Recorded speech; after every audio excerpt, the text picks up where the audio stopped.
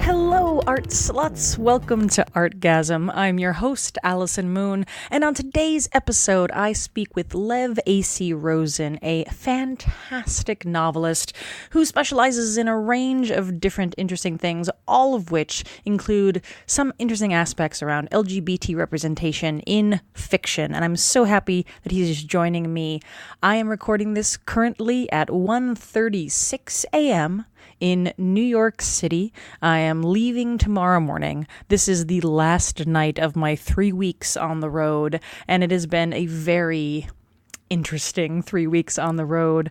I started out by going to my college reunion, my last episode with Beth Pickens. You might remember me talking about nostalgia because it's been a really interesting whirlwind of emotional experiences for me on the road, beginning with visiting my old high school friend's place right around the corner from the LGBT center where I came out 19 years ago, where I met my first girlfriend, and since then the kind of hits have been on coming. It's been kind of fascinating. And one of the things that's just been really interesting for me to navigate is how just my heart has been filled to bursting with intense emotions. I have just been on edge all this entire trip. It's been almost hard to catch my breath in moments, and it is a beautiful feeling. I enjoy the feeling. It is one of those feelings that reminds you of being alive, to be perfectly honest. It feels like grace. It feels like gratitude. It feels like love and nostalgia, and at the same time, it's a heightened experience, and it can be hard to sustain. And so I think there's part of me that's looking forward to returning home to just relax and just unwind and just unfurl. And I'll probably get sick and I'll probably be exhausted and sleep for days. But it's been really wonderful. I have been feeling also some less positive emotions on the road. I've been feeling a lot of feelings of kind of bereftness, of sadness, of desolation in some ways. It reminds me very much of the interview that I did with Beth Pickens. That was the last episode. She wrote the book, Your Art Will Save Your Life. And we talked about, for artists, for like capital A artists, for people who identify very strongly as artists, how hard it can be when you are between projects, when you're not actively in the creative process. And for me, I have been in that kind of valley between mountain climbing a couple of times recently, and I have been making things. I've been working on editing my stage play. I've wrote a pilot. I've been doing things, but a lot of the stuff that I've been doing is smaller scale. So it's not the deep dive, disappear into a project for 4 months kind of thing. And so I have felt these kinds of periods of depression, the kind of like hard to get out of bed and hard to feel like anything is worth anything kinds of moments. And it is emotionally painful, to say the least. It is a hard place to be. And so one of the remedies that I've been using that has really helped is to feed my brain, to basically, and this is something that I've learned a little bit, but I've really leaned into in this past trip, is to really just indulge and to feed my brain in as many different ways as possible. And for me, that means consuming vast quantities of art and vast quantities of new art. This is the distinction I make. When I'm working on something, I obviously will still be consuming media, but I tend to limit the newness of the stuff that I consume. So I will often, enjoy entertainment to kind of just turn off my creative brain. So oftentimes it will be rewatching things that I've seen before, rereading things that I've read before, or, indulging in kind of like less nutritious kinds of, TV or film.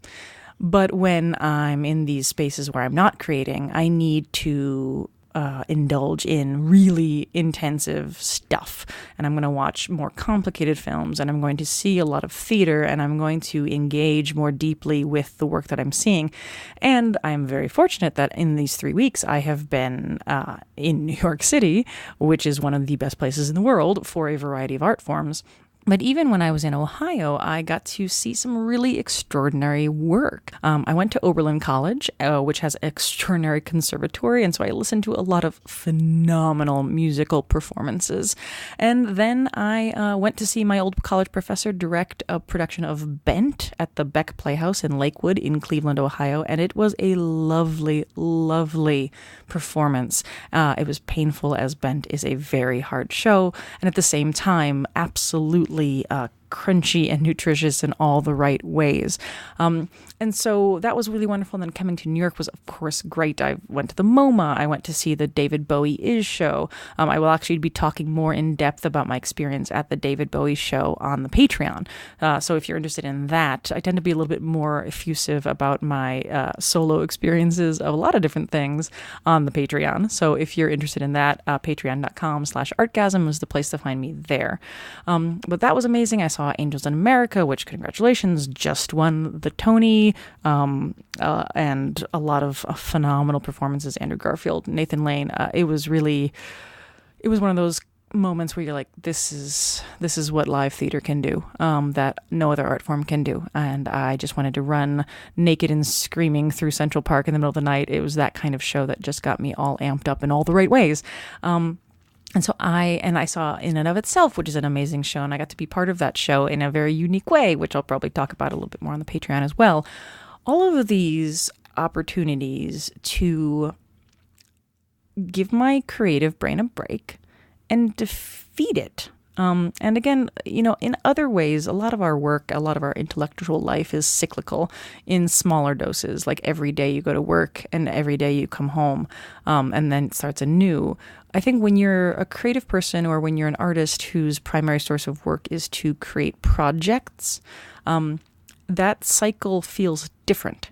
So it's entirely possible that I will, work on something and stay up till 4 a.m. working on this thing, and then I will sleep, and then I will wake up, and then I will do something completely different the next day.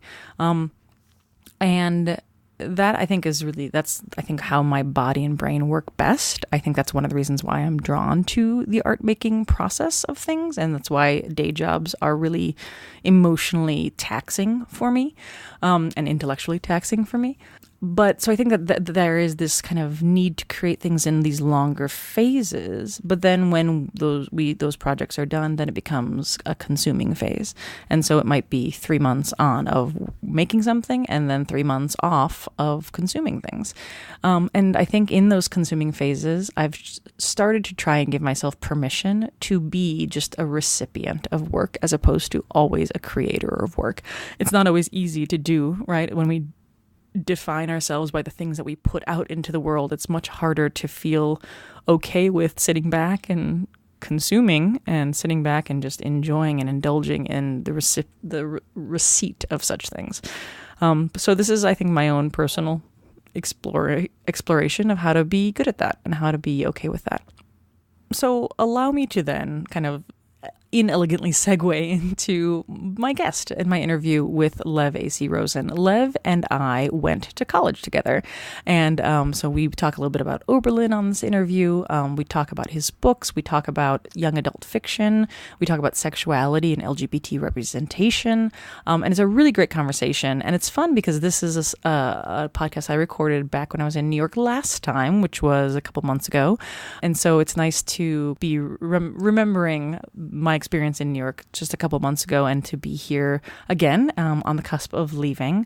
Lev's most recent book is called Jack of Hearts and Other Parts.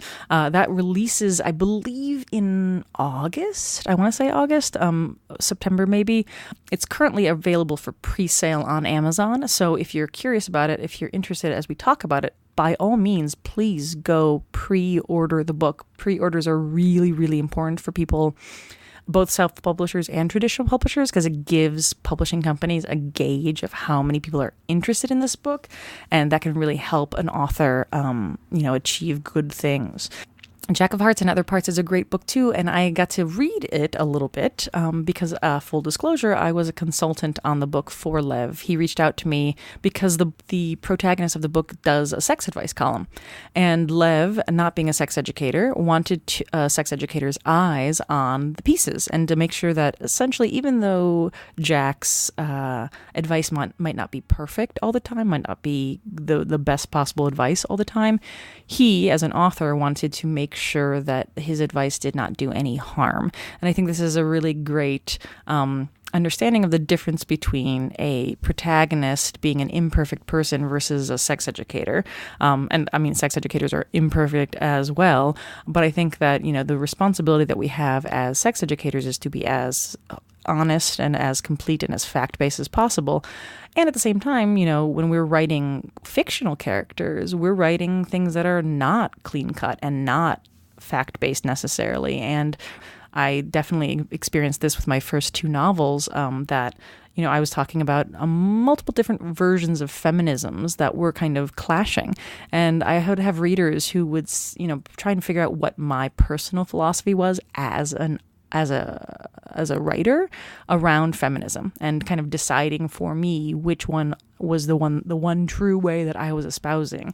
And of course, spoilers, none of those were my beliefs, but they were the beliefs of the characters that I created. And so I think this is an interesting issue when we talk about our characters. My new play, the reason why I'm in New York is that I was doing a reading of my play with actors to get good notes for the next draft. And this play is scary to me because it is edgy. The subject matter is very sexual, and it's very sexually edgy in terms of consent issues and in terms of the kind of the national conversation we're having around Me Too. And I think it's really good stuff to explore. But as a sex educator, I do feel like this kind of tension between the stuff I'm putting out as fiction, the stuff that I want my characters to grapple with, versus who I am as in an educational mode. And these two things are very different. And so being able to deliver art forms that share different things about sexuality is a challenge. It's a challenge that I enjoy, but is something that I definitely am aware of as I move more into making more creative work as opposed to all nonfiction. So it's interesting. After Lev and I speak, please stick around. I'll share the links to all the show notes. I'll share any other things that are fun and useful. But in the meantime, please enjoy my conversation with author Lev A.C. Rosen. Lev. Hi. Hi, how are you? Hi. Put on your Terry Gross sound. Yeah. How you doing? I'm good. How are you? Good. Thanks for having me. Oh, no. Thank you for having me. Oh, I know. It's exciting. We're having each other. It sounds way more dirty than it is. I don't know how my husband's going to feel about it. He was going to walk in the middle. It's going to be very awkward. Well, I've been telling people, I'm like, I'm going to be talking to someone about teens and sex today. And they all been looking at me like, I mean, no, like in books, calm down. Not like, Yes. So that was a nice entree into the theme for this episode. And so we're talking about teen sexuality because you are an author of books. Yes. Do you identify as a YA author? Well, no. My first young adult is this book that's coming out in October. Oh, okay. I have 2 adult books and 2 middle grade books, and they are all over the place in terms of what they're about and what genres they fit into and everything. Okay. So I write whatever I want. That's a beautiful place to be. Well, it's not like I make money writing whatever I want, but I write whatever I want, and then my editors and agents are like, can't you just stay in one lane so you can pick up an audience? But it's called branding. Sir. But that's a whole other conversation. Well, that's exciting. So tell me about this new book. It's called Jack of Hearts and Other Parts, and the other parts is in parentheses. Because it means penis. And just one penis. Or multiple penises, as the case may be. And it is about an openly gay teenager in a high school in New York who is unashamedly slutty. And, is having sex with lots of different guys and has no interest in finding a boyfriend. And then he starts writing a sort of Dan Savage like sex advice column. His friend asks him to, and then he starts getting these notes in his locker, essentially telling him to behave in certain ways, to essentially be like the good gay. You know what I mean? I'm doing air quotes, people who are listening. Like the idea that gay people have to conform. Like, I don't mind gay people, but I don't like it when they shove it in your face. Right. I don't mind gay people as long as they conform to certain heterosexual norms, et cetera, et cetera. Mm-hmm. And it's all about him sort of trying to figure out who's blackmailing and stalking him and trying to make him behave this way, while also trying to figure out what sort of gay he wants to be, what sort of queer he wants to be. And I keep telling people it's not a coming out book, it's a staying out book. And it's sort of about the way that the heteropatriarchy is constantly trying to sort of make gay people behave in a particular way, and how they should be able to figure out whatever kind of queer they want to be. That's lovely. I hope so. Yeah, well, I mean, it's like the idea of like just the way you said that, like figuring out what kind of queer, what kind of gay that somebody wants to be. I feel like so often the narrative is still about coming out, and it's still so much about like. I agree. Yeah. And that's it. Oh, and you're gay, and so now therefore. And we've been having like coming out books and movies since you and I were in high school. Oh, yeah. Like even before. I remember the one that was filmed at Overland. Do you remember they had this? Yeah. What? The one. Oh man, what is? It's called Edge of 17, not like the new one. That wasn't filmed it was filmed at Overland? The hallway, the dark hallway scene, that's Overland. I had no idea. Yeah, they did this whole screening of it at Overland once. I remember. I saw the screening. I just didn't know that it was... Yeah. How funny. Do you remember what building it was filmed in? No, but it was... it's like a 5-minute scene in that whole film. But still, it's very exciting. Yeah, no. And Leah Delari is in that, right? Oh my God, right. Yeah. Oh, because he's like a new wave kid. I was confusing that with Gypsy 86, which is another kind of queer movie. And then LIE. Yeah. A bunch of those movies came out all at the same time. Mm-hmm, yeah. And weird connection, because I saw LIE. Did you ever see that one? Not since like college, I think. Yeah. I saw that one at Oberlin. And I am now partnered to a man who's the cousin of the kid who's... the old man's like houseboy. That's funny. Yeah, and I met him and I'm like, what the heck? I remember he was very good in that movie, and it was a little bit too convincing for me. And then I'm like, this is now your family. It's very strange connections. That's connections. Really yeah. No. Well, The Edge of 17 is so sweet because it's like a bunch of actors who had like bit parts in Queer as Folk. I remember there was like an interesting crossover there. Yeah, and it takes place in the 80s, and so it's sort of all about. It's interesting because we have this big young adult movie, or young adult book come movie just about to come out. The Love, Simon, which is based on Simon versus the Homo sapien agenda. And, that's like classic coming out.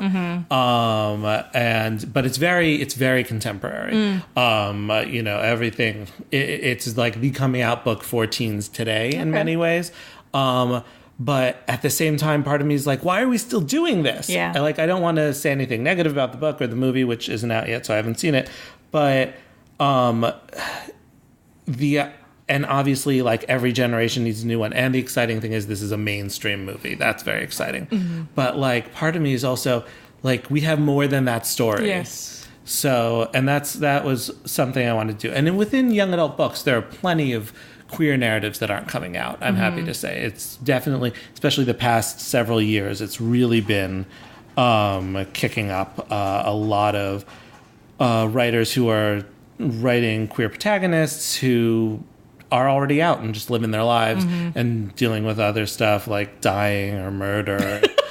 We're talking about young adults. Yeah. So. All sorts of crazy stuff that happens there. And so that's all really great, but that hasn't made it to the screens yet, or like contemporary big movie screen stuff. I feel like, this movie is like the first one of its kind, and part of me is like, yeah, but queer people have been experiencing this for decades. Yeah. We've been looking at coming out art forever. So I'm excited to see, a big screen like adaptation of one of these YA books where it's not a coming out story, where it's just like, yeah, queer people do stuff. Yeah, we have other lives more than just we come out and then we stop having experiences. But it's not like an indie movie. Right. Yeah. Right. Yeah, that's so interesting because I was just talking to somebody about Call Me By Your Name, and it's like a romance, and it is a coming out story in some ways, but it's like the first time I watched it, I was very anxious because I kept on waiting for somebody to get bashed. I kept on waiting for somebody to die. I kept on waiting for trauma because that's such a part of so many gay narratives. It's like you come out and then you get beaten by your dad. Or you come out, or somebody catches you wearing, your mom's shoes, and then you get beaten by your dad. I mean, it's just like, it's all just so gloom and doom. Mm-hmm. But one of the things that we experienced a lot, I used to work at the LGBT Center in Los Angeles, and so we would always get scripts to produce. And my boss, who's, an amazing theater producer, he said, like, the problem with a lot of gay art is because we've been sold these stories of, like, coming out as such a high drama experience for everyone in every way. He's like, but the problem is, like, just because you lived it doesn't make it art. I know it feels like the stakes were huge. I know it feels like you're the only one in your small town in Kansas who ever felt this way. But, like, you're not. And these stories, that's pretty much the only story that a lot of gay men get. So it's like, can we just try something new? Yeah. Can we expand the storylines to include all the different avenues of a human life? Mm-hmm. So it's cool that you're doing something that's a staying out book. I like that. I hope so. I mean, it's definitely still got the trauma in it because but it's not the trauma of coming out. Like I said, it's the trauma of essentially a heterocentrist society telling you, no, this is the right way to be a person. This is the right way to be a gay person. Yeah. And these notes that he gets where it's like, no, you're not allowed to be promiscuous anymore. Mm-hmm. You have to dress differently. You have to act differently. You can't write your sex advice column anymore because people think you're slutty. And besides that, like there are multiple queer people in the book, multiple queer characters, and one of them, the Jack, the protagonist's ex, Jeremy, who essentially says to him, you're giving us a bad name. And so, like, I want to express all these different, like, ways of being queer. Right. And so there's a bunch of queer men in the book. There's, besides the ex, there's his best friend who's, like, super sweet and romantic and wants every first to be perfect. Aww. And then there's there is someone who is just coming out. There's sort of a nerdy kid who, like, one day after there's a letter, a sex advice letter, which you have seen because you helped me with that, about coming out. He approaches him he approaches Jack at a party and says, so I would like to go back to your place. Like, very like, and he's like, what now? Like, he's like, no. I have this list, and I decided that, after I came out, which I have done, the next thing to do would be to have sex. And after that, I will pursue getting a boyfriend because it will be easier having lost my virginity. And he's very like checklist about it. And it's sort of adorable, but like his whole, experience of like trying to take this very methodical coming out is in there. Did you know anybody like that? I'm trying to think, was I like that? Sounds a little personal, Lev. I wasn't like that. No, I wasn't a checklist When did person. you come out? How old were you? Oh, man, my coming out is hilarious. In that I was a freshman in high school, and I was with a bunch of my friends, and I can't remember why we were talking about, but I ventured the opinion that I thought everyone was bisexual. And my friend turned to me and said, no, Lev, you're just gay. And I said, okay. Yeah, thank you. And see, like that was pretty much it. Did you think you were bisexual at the time? I mean, I still think everyone has a certain sexual fluidity to them. I've had crushes on girls, but I'm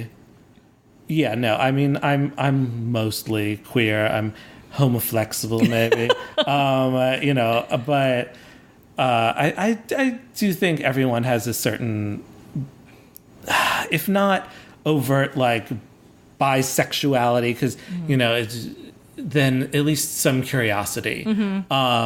And I think people can enjoy sex for sex. That's another guy in the book, is a straight guy he sleeps with, who's like, I was curious, but I'm done now. Wow. There's just I think the potential for, if we somehow got over all the social conditioning of the patriarchy, et cetera, et cetera, et cetera, I think then, we'd live in a bisexual utopia paradise. Yeah, that sounds great. I know. Tilda Swinton, get my number. Yeah, that sounds good. I like it. So in terms of writing for the YA audience, like, were your editors kind of guiding you towards what's appropriate, what's not? Like, how did you approach it? Oh, man. So I wrote 99 pages of this, and I was like, okay, this is a terrible idea. I was like, this could be the worst idea ever. But conveniently, I am friendly with a young adult author, and I said, look, I'm not submitting this to you. It's not coming through my agent. This isn't anything professional. But will you tell me how bad an idea this is?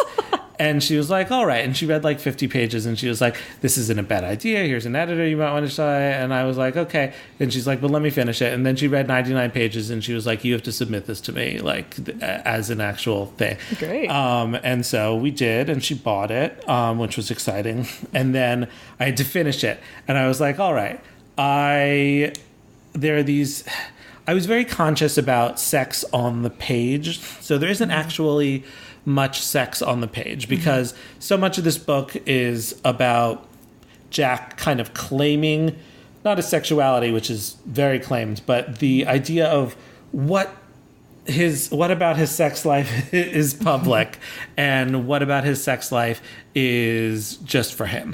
And so there are these moments in the book, since it's first person, where he does have sex with someone, but it's generally just a cut to black because I don't think that he thinks that's any of the reader's business.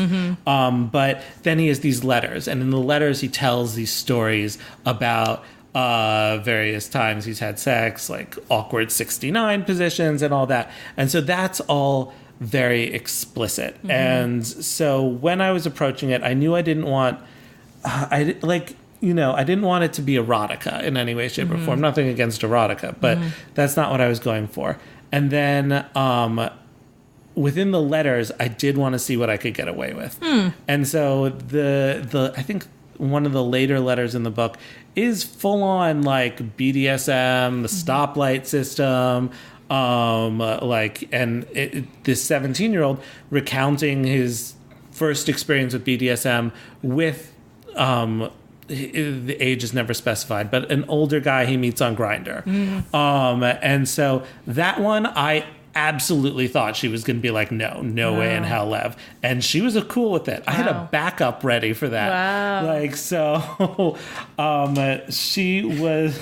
Your cat is now playing with your manuscript. My cat is now attacking the pages. Looking for the good parts.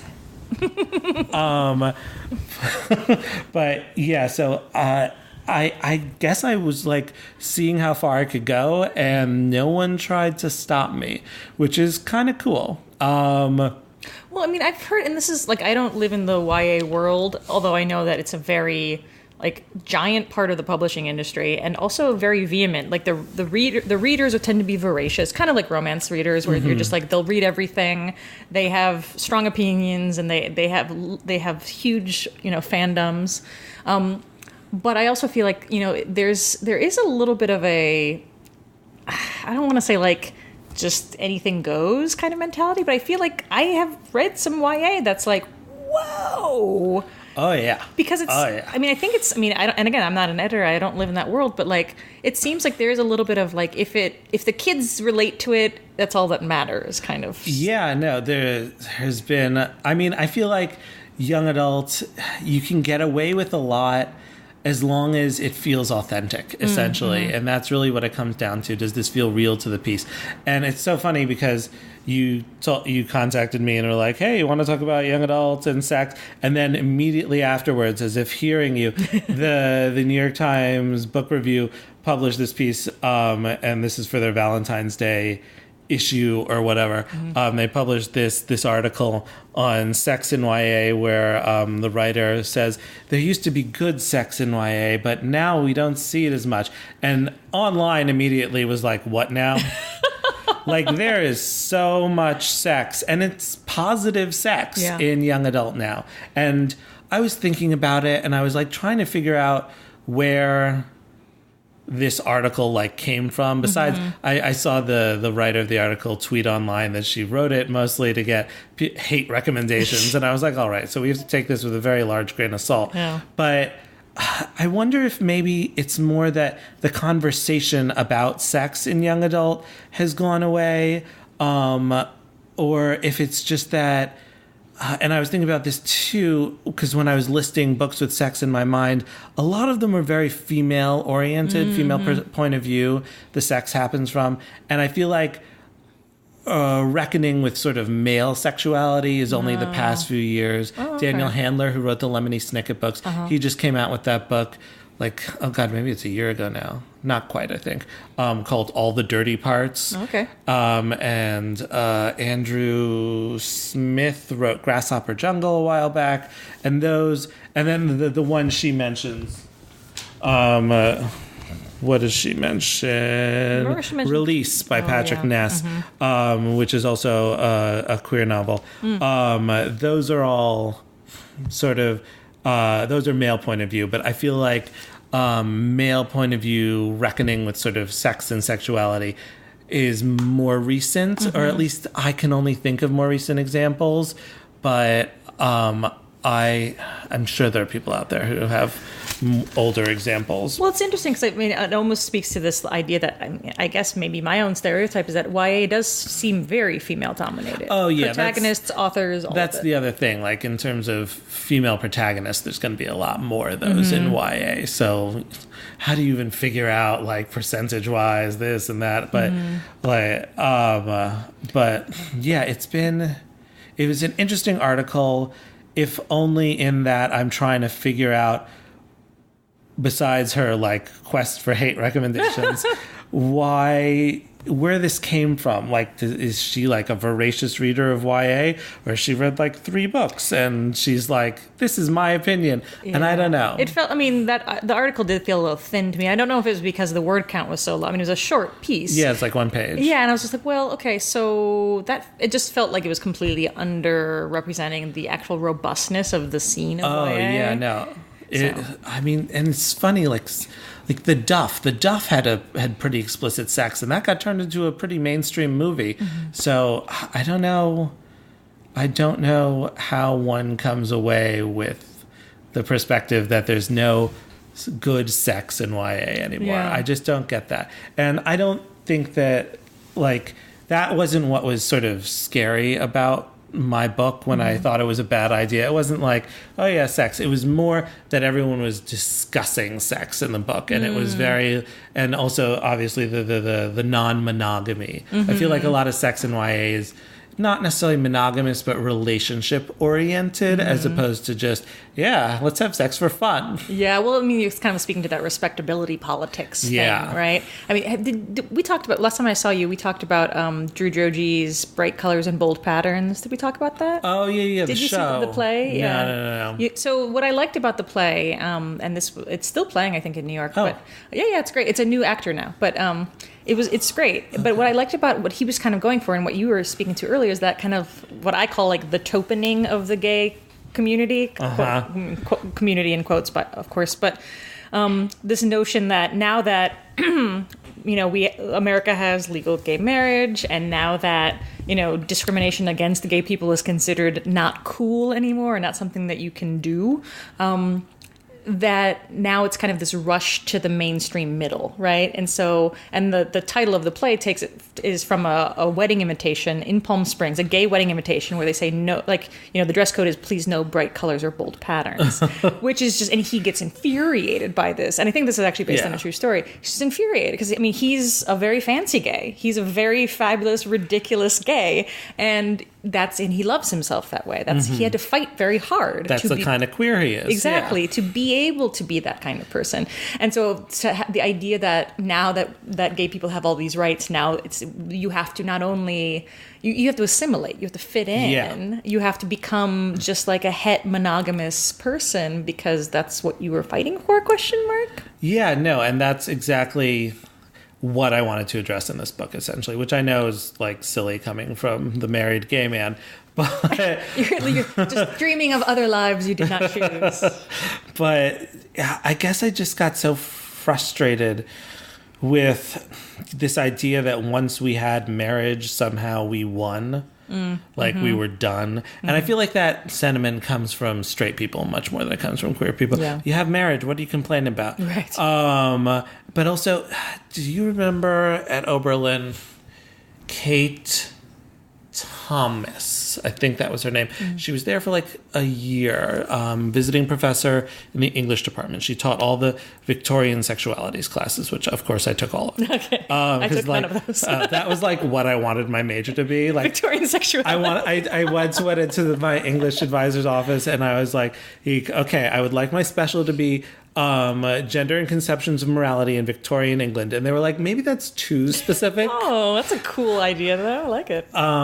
And so I just made it theater. But close enough. You were a theater major? No, I was an English major with theater concentration and a creative writing major. Like, I would have seen you a lot more in acting classes. And a film minor.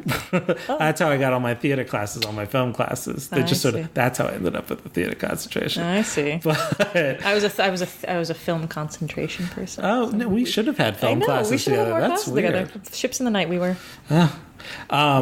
But so Kate Thomas, there was some. She was amazing, by the way. She always had the best shoes. But there was some like panel on gay marriage and fighting for gay marriage, and I remember her saying something to the effect of, as queer people, the moment that you come out, you are outside of all heterosexual expectations, and that means you get to figure out what your relationship is. Like you get to essentially build everything up from scratch because you're immediately, and that I feel like that's something that we're losing in many regards, and it feels more like something that I would love to give to straight people, like you want to get married and be monogamous, that is awesome, you go you, but that's not the thing that you have to do. Right. You get to figure out what sort of person you want to be, what kind of relationship you want to have, what your sexuality is like, all that. And I feel like, yes, as this tokenization, as you called it, of gay people happens, it becomes more about becoming what is expected of you. Yeah. And that's really where this book came from in many ways. Yeah, that is interesting. It is like a beautiful, weird superpower that queer people get to have by being forced outside of the hegemony. We have to like rebuild ourselves from scratch. Yes. And so you don't, a lot of times you don't see it as a gift, obviously, and it's sometimes very traumatic. But I think I do, absolutely wish I could bestow upon all people the coming out process, right? Like that forced introspection, that forced like, what do I actually like? Who do I like? I think it's such a gift, and like realizing that you're on the outside and then therefore you have this whole wide playing field is beautiful. Yeah, and I feel like I've seen my straight friends, like they reach their 30s and they don't get to have that moment until like all of a sudden they're in their 30s and they're like, wait a second. I get to sort of figure out and talk about and decide what I want my relationships to be, and like, then all of a sudden things break down for them or they go crazy and like that's not necessarily a bad thing, but a lot of the times, they're frightened of it because they're already sort of in an established relationship or something. And, for those of us who experience it younger, or at least, start figuring out, oh, wait a sec, that's not for me when we're younger. We do get to sort of break that. And I do wish I could give that to straight people. That is a great gift. Well, I teach a workshop on non-monogamy, and I always like one thing I always have to say, because a lot of non-monogamy people can be evangelists, right? Which I think is problematic. But I always say, like, monogamy is a perfectly great choice as long as it's a choice. Oh yeah, no, I think I had one open relationship once, and that's pretty much all it took for me to be like, I don't want this. And there's nothing wrong with you or the way that we're doing this, but this just isn't comfortable for me. And I think that it's really about being able to look at everything and making that choice. And I feel like that makes the monogamy that you choose that much more special, if that makes sense. Well, yeah, absolutely, because it's intentional, it's thoughtful. It's not like, oh, this is what I have to do because we live in prairie days and I have to make 12 babies so that's 4 survive to plow the fields. I mean, we live in a different time. It was a little bit cynical of me to say. Oh, man. So in terms of, the way that you talk about, I mean, so you said middle grade, was that another? I wrote 2 middle grade books, and middle grade is difficult genre or age group to talk about because it's all over the place, sort of like, so one I think of as being a younger middle grade for 7 to 10, and that's illustrated by my brother, and it's like a folk tale. And then the other one is more like 10 to 13, and it's about a kid whose mother has early onset Alzheimer's, and it's much like more complicated. So that's, middle grade's a wide spectrum, but I made sure to include queer characters in both of those. That's great.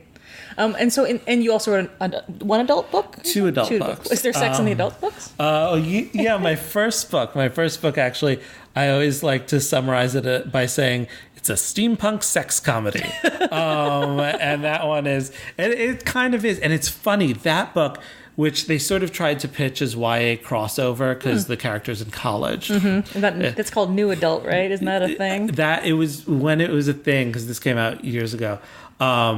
It was just starting to become a thing. So my book was actually on a lot of like, this is what new adult is lists. That's nice. But nowadays I feel like new adult has been very much, people associate it with romance more than anything else. So I don't know. But it was a combination of Twelfth Night and The Importance of Being Earnest. Awesome. And it's a girl who, in Victorian London, in the steampunk Victorian London, dresses up as her twin brother to go to the boys only, like essentially college for mad science. Cool. And I wrote it, and like there's all kinds of, there's men who date older women, there's men who are into like geriatric women, there's a vibrator, there's obviously the cross-dressing and all sorts of romantic hijinks like that. And I remember there was one review, and it was a positive review.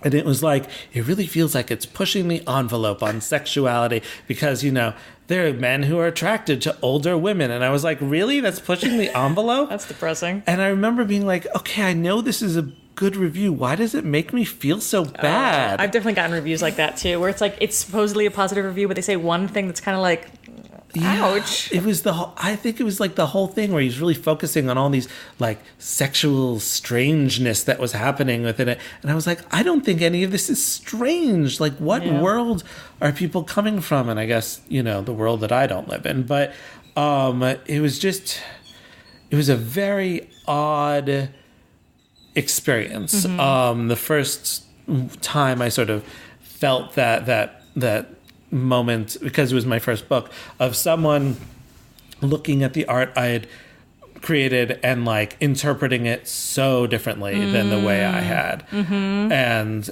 like, it was just very, very odd. But do you think it changed your relationship to putting stuff out in the world?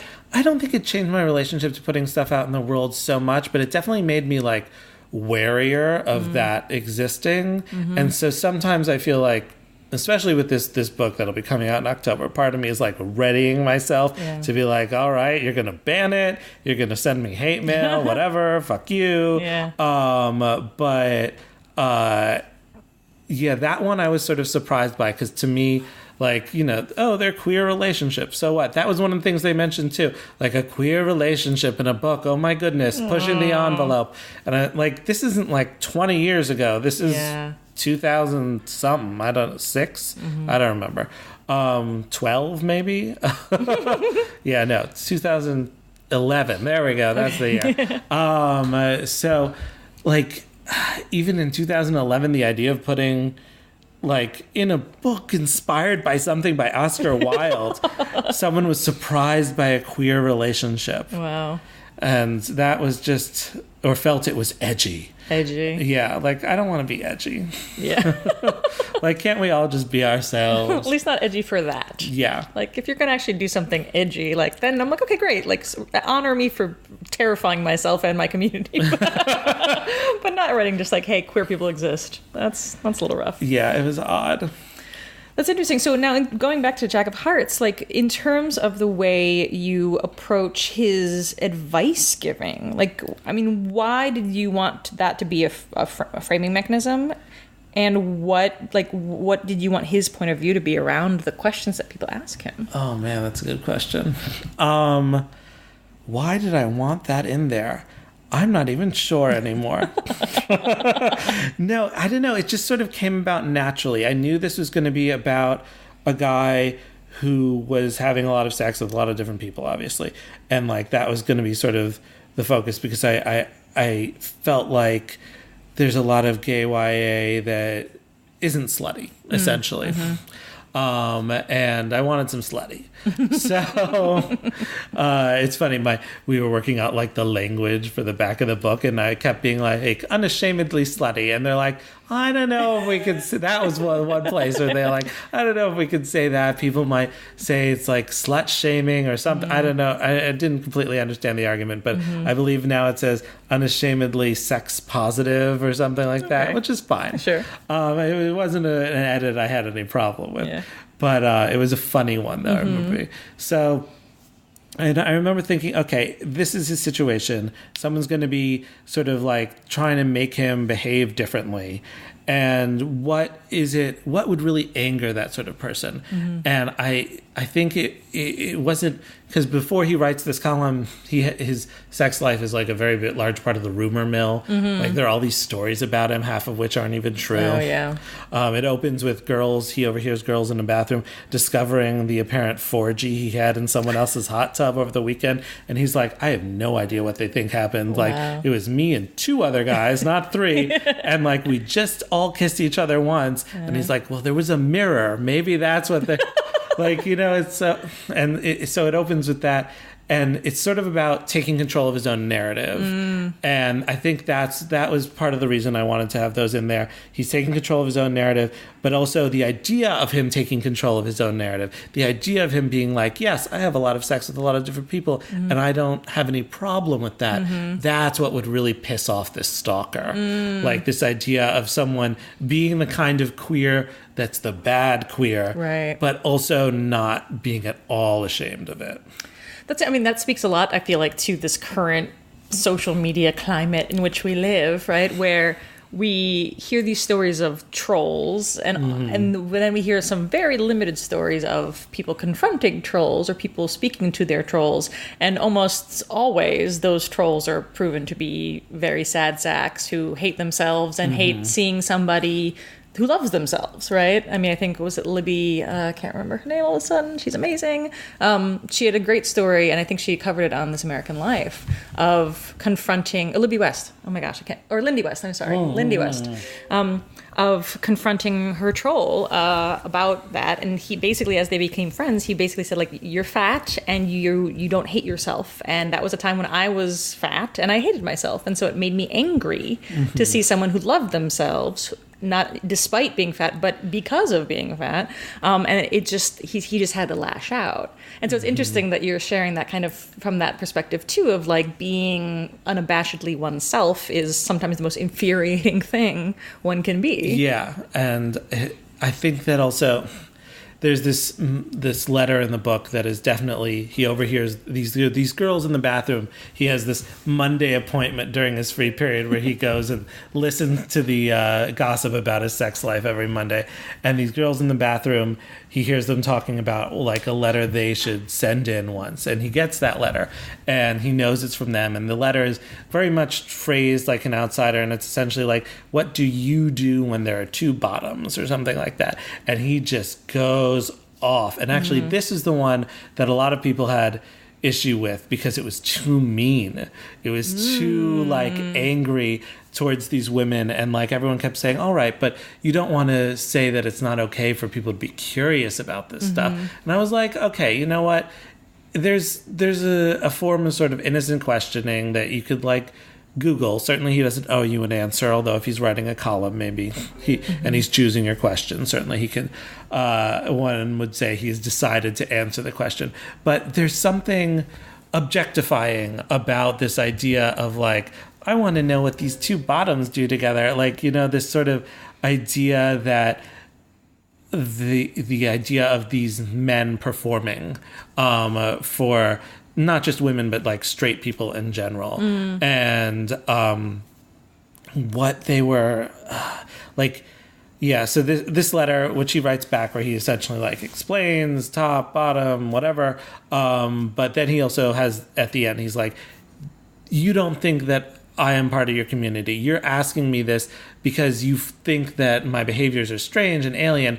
But the real reason you get annoyed at me is because you see me sort of wavering through gender barriers and like defying whatever the hell kind of norms in terms of sexuality and gender that have been enforced on all of us. And I think you really want to be doing that, and you're just angry at me for having no shame about doing it. Oh, wow. And man, I feel like a lot of that got whittled down because, again, too angry. But it was essentially the idea is that he's saying, you know what, I get to be me and you don't get to be angry just because I have the guts to do something you want to do and you don't. Sure.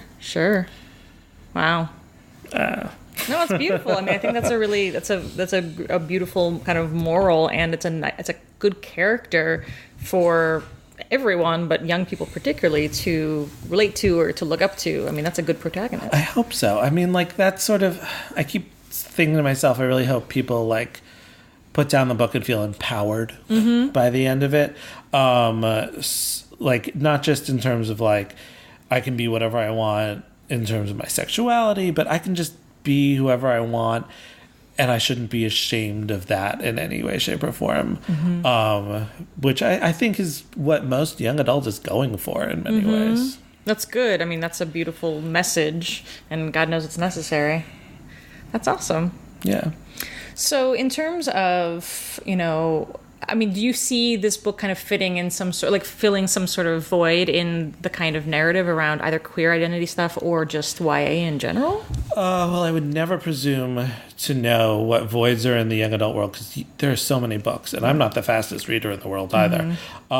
So I would never. The moment I say, "Oh yes, it's filling this void."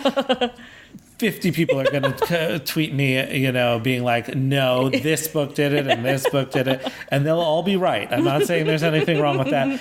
I am just admitting my own ignorance here. In terms of filling a void, so I don't think that's possible. But I like to think that it's furthering a conversation on sort of the queer narrative and what it is to have a queer YA book that's not a coming out story, which we have plenty of, but is still a very gay story. It's not a story where, you can make the protagonist heterosexual. It's a gay experience. And what I really hope it does is further the conversation about the little ways or the big ways that being a queer person in a heterosexual world is not oppressive, but the ways that heterosexual world is trying to make you behave and how you get to decide how you want to behave, essentially. I think that is what I really hope any sort of conversation comes to it about. I know there's also aspects of, aspects of the way that straight women sort of fetishize gay men are in there, and the idea of romance versus sex and when you should be having sex, not to mention lots of sex advice, how-tos. But I really like to think that the overall discussion about it would be about what it is to be a queer person in a heterosexual world that's always telling you the way to be gay, when the heterosexual world, of course, isn't gay. So now this book's coming out in October. Yes, October 30th. What's next after that? Ask me again in a couple weeks. I have a couple adult books that my agent is getting ready to send out. And I have another young adult that my editor is currently looking at and, fingers crossed, likes. And then I have some other young adults that I have to polish and send out.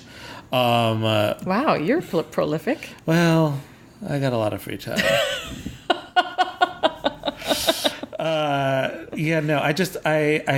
I write a lot, but a lot of these, they're not completed novels.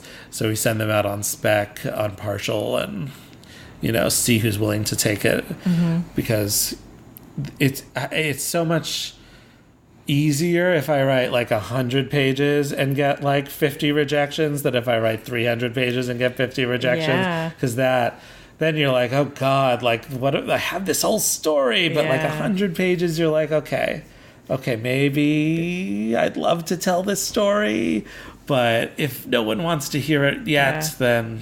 But you're the self-publishing guru. So. Well, yeah, but I mean, I think that's a thing that a lot of people who write novels don't know is that, especially before you have a name or sold anything, publishers don't want to see a first book that isn't done. Oh, yeah. I mean, nonfiction, if you have like a really solid proposal and a good pitch, which means like you come from a specific background that you're going to write about, or you have like 9 bazillion Twitter followers, that counts as a platform. Right.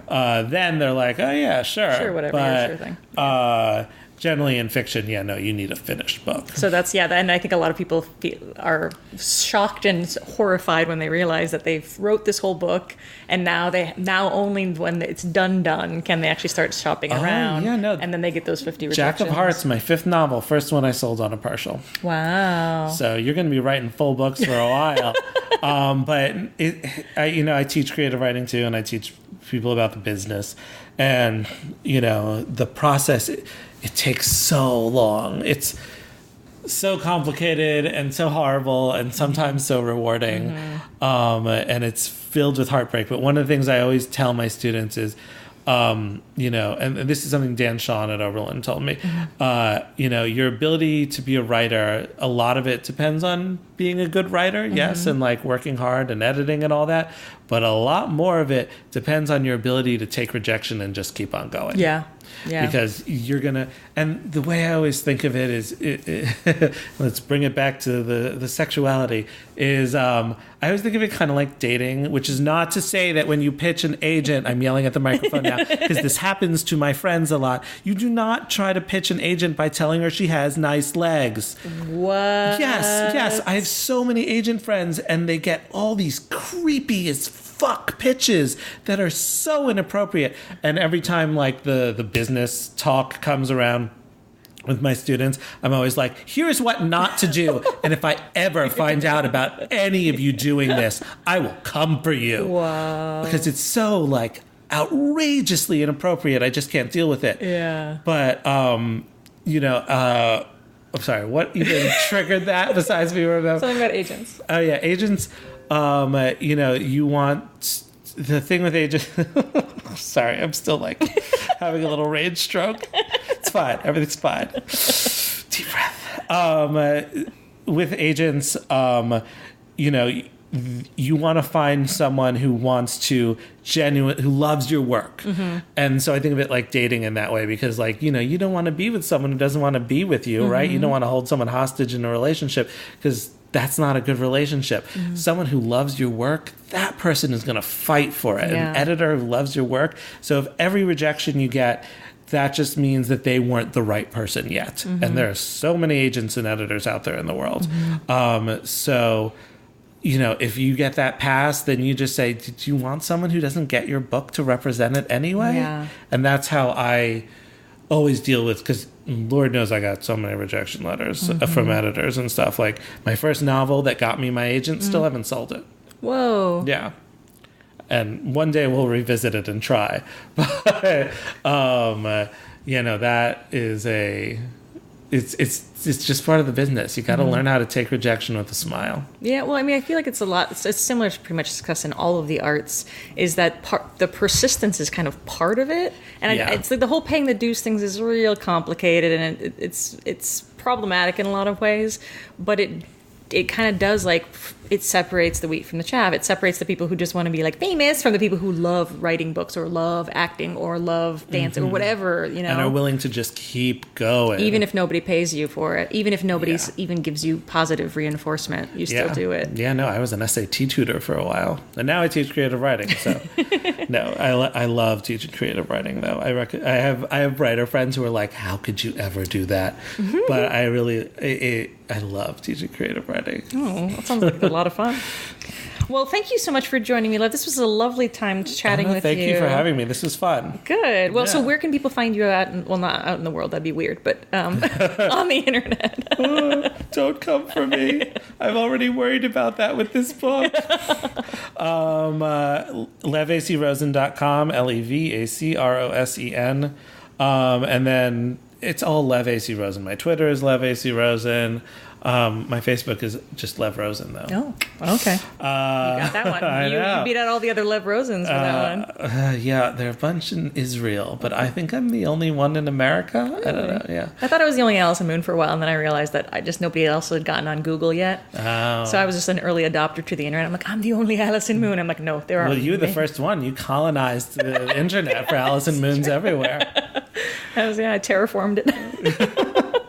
But yeah, I mean, I'm not good at being online, but if anyone tweets me questions, I'll generally answer them as long as they're not like nasty questions. Okay, that sounds good. Are you answering sex advice in the voice of Jack on Twitter? You know, I really, when they asked me what I wanted to do with this book, I was like, please send me into high schools and like just have the kids ask sex questions and put them on paper and put it in a fishbowl and I'll read them and answer them as Jack. And they were like, no.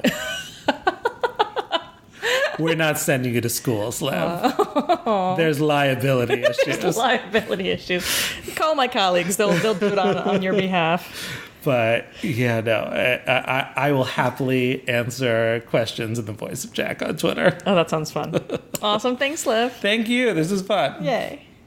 Thanks to the extraordinary world of technology that we're living in now, I have flown across the country in the time it took you to listen to this podcast. I was in New York when I recorded the intro, and now I'm home in my office in Portland, Oregon, recording the outro. And it's so good to be back home. I just had a wonderful dinner prepared by my beautiful partner, and it was hearty, and I'm drinking cider, and I'm feeling my Pacific Northwest roots continue to take me home. So thank you so much for listening. Before I let you go, I just wanted to let you know I am going to record my next special patron-only episode that will be released this week, and I'm going to talk all about my experience at the David Bowie Is exhibit at the Brooklyn Museum. I had this really interesting insight when I was there all about the kind of intrinsic solo sexuality of David Bowie and his performances. And so I talk about kind of onanistic, sex for one, kind of Betty Dodson-esque, the basic unit of sexuality is one, not two. And so I'm going to talk all about that on the Artgasm Patreon. If you are not yet a patron subscriber supporter, consider it. You can subscribe for as little as $1 a month, and that just goes to support this podcast, to be able to upgrade my equipment, to be able to do things better and more efficiently, and to hopefully eventually get both transcripts for all of my episodes and also to move to a weekly schedule.